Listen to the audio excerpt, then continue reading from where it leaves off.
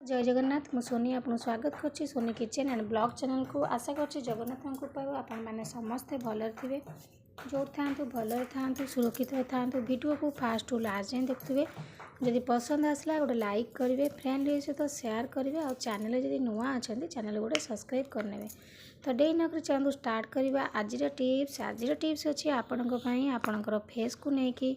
ताको आप हाथ में लगे पारे गोड़ में लगे पारे तो से देखो ये मुझे जाऊँगी नड़िया तेल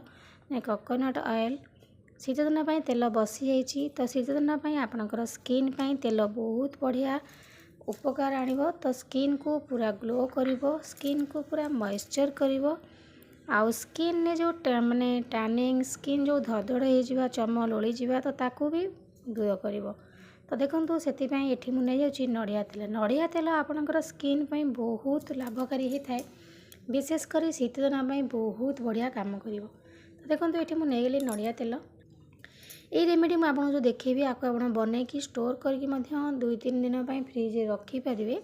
मुझे आपको कम बनईकी देखा सांगे सांगे आप जी लगे से मुझे कर देखा तो देखो ये मुझे गली नड़िया तेल हाफ चामच भाई नड़िया तेल नहीं जाइए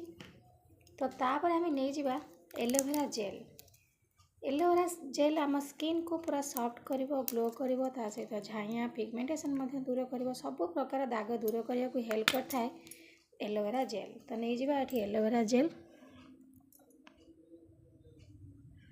आपण जो आपणकर जदि बाड़ी फ्रेश एलोवेरा थाए ताकू आपण नहीं पारे तो मुझे मार्केट मिलता एलोवेरा जेल नहीं गली तो तापर देखो आम ये नेक्स्ट जिनस नहीं जावा विटामिन ई कैप्सूल आपणकर स्किन को पूरा ऑयली रखिवो मॉइस्चर रखिवो ता सहित झाइया पिगमेंटेशन टैनिंग सब दूर करिवो तो देखो मुझे अल्प बनई तो गोटे विटामिन ई कैप्सूल ही मो मुँह को यथेष्ट तेणुक मुझे गोटे नहीं जी आपन जदि स्टोर कर रखिए जदि आपंकर बेसी दरकार अच्छी ताले आपन बेसी नहीं जाए तो टिके आप खाली नखरे खुंटी दिंतु देखिए आपंकर यहाँ बढ़िया से छिंडे जीव ना सफ्ट पेन कंटार छिंडे पारे ना आप दांत भी सागे सागे ठुंकी देवे तो देखो ये मुझे छिंडीदेली तो गोटे विटामिन ई कैप्सूल पूरा ऑयली भाया होता है सी आम स्किन को ऑयली रखिवो मॉइस्चर रखिवो स्किन को पूरा ग्लो करिवो तो देखो ये मुझे गोटे विटामिन ई कैप्सूल पकई नेली तो एबे देखो आम ताकू चामच रे भल से मिसई नवा देखो ये मुझे मिसई नौ मिसला पर देखो कलर टिके आस्ते आस्ते अलग प्रकार हो आसला माने टिके सब प्रकार जो जिनस मिसे आम जब मिसई नवा तो टिके ता कलरटा चेंज हो या आपनकर शीत दिन विंटर स्किन केयर माने स्किन को पूरा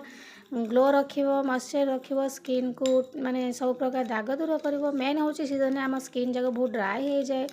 स्किन पूरा सुखले सुखला हो जाए फाटी जाए स्किन छौ छौ टाइप हो जाए तो यहाँ हूँ गोटे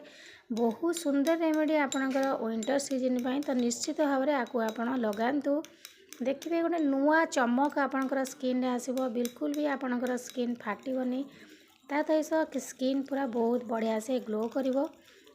आउ जो बयस होगले जो बयस न हो जो 30-40 वर्ष जो बयस छाप देखा जाए तो बिल्कुल भी आपको जब लगे आपणकर बयस छाप बिल्कुल दिशबनी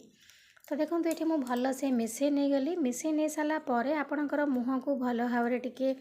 धोई ने आपको राति ही लगातु राति यदि आप लगे ताले बेस्ट रिजल्ट पाइबे तेणुक राति शोला बेले प्राय सब जिनस लगातु स्किन को पूरा रेस्ट मिलिबो राति सारा आप आराम से सोई पड़े तो सकाळु देखिए स्किन केते सुंदर भाव में सॉफ्ट लगुच सहित ग्लो करुच्ची सहित झाइया पिगमेंटेशन टैनिंग आपणकर सब दूर हो तो देखो ये भाव में आपणकर स्किन ने हल्का हल्का करके मसाज करनी मसाज कर सारापर ये मुझे देखी दूसरी आपको राति सारा जब लगे बहुत बढ़िया काम करेंगे आपको आप डेली शीत दिन लगातु क्या जो जिनस निला aloe vera gel vitamin E capsule coconut oil नड़िया तेल कौन खराब जिनस निहाई जोटा कि आपणकर स्किन को किसी खराब प्रभाव पकेब जो जिनस ये निहाई सब जाक बहुत भल भल जिनस निहाई माने नेचुरल जिनस जहाँ ही आप घरे पाइबे जोटा कि आपणकर स्किन बहुत बढ़िया रिजल्ट स्किन को माने डैमेज होगा दबनी स्किन को पूरा प्रोटेक्ट दब स्किन को भल रखिब तो निश्चित भाव में आपको यही भाव में मसाज करनी मसाज कले माने ब्लड सर्कुलेशन ठीक रही है डेड स्किन रिमूव हम स्किन टारे भल से काम कर ऑब्जर्व कर भीतर को जीव ठीक से आप सब जिनस मसाज करने तो এইଭଳି ଭାବରେ ଆପଣ ତାକୁ ଲଗେଇକି ରାତି ସାରା ଶୋଇପଡ଼ନ୍ତୁ। ସକାଳେ ଉଠିକି ଜଷ୍ଟ ଟିକେ ନଖ ଉଷୁମ ପାଣିରେ ଆପଣଙ୍କର ମୁହଁକୁ ହାତକୁ ଗୋଡ଼ ଯୋଉଠି ଲଗାନ୍ତୁ ଧୋଇ ଦିଅନ୍ତୁ। ତ ଟିକେ ଉଷୁମ ପାଣିରେ ଧୋଇଦେଲେ ବଢ଼ିଆ ଲାଗିବ, ହାଲକା ଉଷୁମ ପାଣି। ତାପରେ ଦେଖିବେ ଆପଣଙ୍କର ସ୍କିନ୍ରେ ଗୋଟେ ନୂଆ ଚମକ, ଯେମିତି ଆପଣ ଦେଖିଲେ ହିଁ ନିଜେ ଆଶ୍ଚର୍ଯ୍ୟ ହେଇଯିବେ ସତରେ କେତେ ସୁନ୍ଦର ଲାଗୁଛି ସ୍କିନ୍ ପୁରା। ତ ଆକୁ ଆପଣ ମୁହଁରେ ଲଗାନ୍ତୁ, ହାତରେ ଲଗାନ୍ତୁ, ଗୋଡ଼ ଲଗାନ୍ତୁ, ସବୁଦିନ ଲଗାନ୍ତୁ। ଯଦି ଟାଇମ୍ ନାହିଁ ଆପଣ ସପ୍ତାହକୁ ଗୋଟେ ଥର ଲଗାନ୍ତୁ। ଦେଖନ୍ତୁ ଏଠି ମୁଁ ଲଗେଇକି ବଢ଼ିଆ ସେ ମସାଜ କରିନେଲି। ମସାଜ କରିସାରିଲା ପରେ ଏବେ ଅଧଘଣ୍ଟା ପରେ ଆପଣଙ୍କୁ ମୁଁ ଧୋଇକି ଦେଖେଇ ନେବି। ଆପଣ ଦେଖିବେ ସ୍କିନ୍ କେତେ ସୁନ୍ଦର ଭାବରେ ଗ୍ଲୋ କରୁଛି। ତ ଚାଲନ୍ତୁ ଏବେ ଅଧଘଣ୍ଟା ଛାଡ଼ିଦେବା। ତ ଏବେ ଦେଖନ୍ତୁ ଅଧଘଣ୍ଟା ପରେ ମୁଁ ମୋ ହାତକୁ ଧୋଇ ନେଇଛି। ଆପଣ ଦେଖିଲା ପରେ ହିଁ ଜାଣିପାରୁଥିବେ କେତେ ସୁନ୍ଦର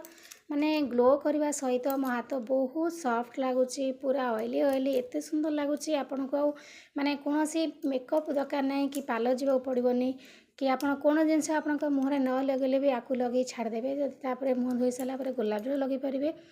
ତ ସ୍କିନ୍ ବହୁତ ସୁନ୍ଦର ଭାବରେ ଗ୍ଲୋ କରିବ। ତ ନିଶ୍ଚିତ ଭାବରେ ଥରେ ଆପଣ ଟ୍ରାଏ କରନ୍ତୁ। ଏଠି ଯେଉଁ ଭିଟାମିନ୍ ଇ କ୍ୟାପସୁଲ୍ ନେଲି ଆପଣଙ୍କର ସ୍କିନ୍କୁ ପୁରା ଅଏଲି ମଏଶ୍ଚର ତା ସହିତ ହାଇଡ୍ରେଟ୍ କରିବ। କୋକୋନଟ୍ ଅଏଲ୍ ତା ସହିତ ଆପଣଙ୍କର ଏଲୋଭେରା ଜେଲ୍। ତ ଆଜି ପାଇଁ ମୁଁ ବିଦାୟ ନେଉଛି। ପୁଣି ଦେଖା ହେବି ଆପଣଙ୍କ ସହିତ ନେକ୍ସଟ ଭିଡ଼ିଓରେ। ସେ ପର୍ଯ୍ୟନ୍ତ ରହୁଛି ନମସ୍କାର, ଜୟ ଜଗନ୍ନାଥ।